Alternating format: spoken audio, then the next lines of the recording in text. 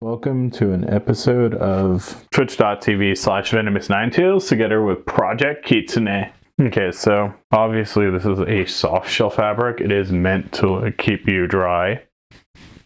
As you can see, it is a relatively dry fabric. Obviously, this is not how it's going to look in the final version. This is way more cropped than we intended it to be, but it is a bomber jacket. Right now, it's basically a cropped woman's jacket, but it's supposed to be a full-size men/unisex jacket. It's a chainsaw bomber jacket. I don't know where the miscommunication happened. I think I sent like two different files. The cropped bomber jacket file was actually supposed to be used for a cropped hoodie that was more similar to like a scuba fabric, and then the full-size bomber jacket was supposed to be used for the chainsaw bomber jacket, but that ended up not happening. I also plan on moving these slightly more inward and then putting vertical pockets here, but as you can see, the fabric is water repellent. It's soft shell, and it has performance to what you expect from like an Acertrix. You can see the little checkerboard of the black and white with like the little sort of black markings on the black soft shell. Kind of mimics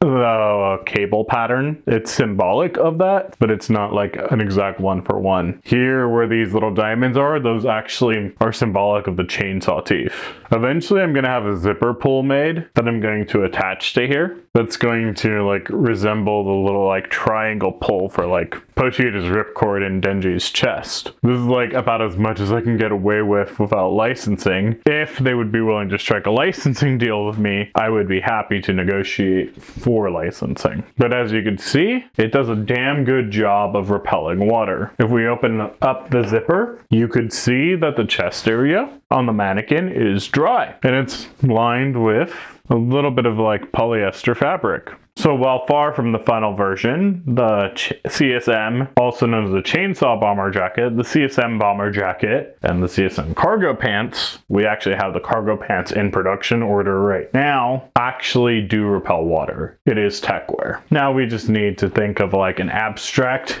inspired t-shirt design that we can kind of go with. I don't know if I'm going to do metallic or UV reactive. I might just do like maybe fluorescent stuff. Who knows? Well, fluorescent would be UV reactive, actually, which is different than UV cured printing. If I can get a direct to film pattern, I might actually want to do something on the back or like on the shoulders above the pockets. I could make these pockets slightly wider, but they don't really need to be. This whole thing is going to be longer. It's meant to go down to like a man's waist. It is going to be a male/unisex design. The Blood Fiend set, though, that is going to be more feminine. Blood Fiend will be more sized towards women. And there's another Devil Dog set coming out eventually. There's also cyber sets that are going to be in the works pretty soon. Stay tuned for those. As you can see, it performs as well as any other techwear product would. It's water resistant.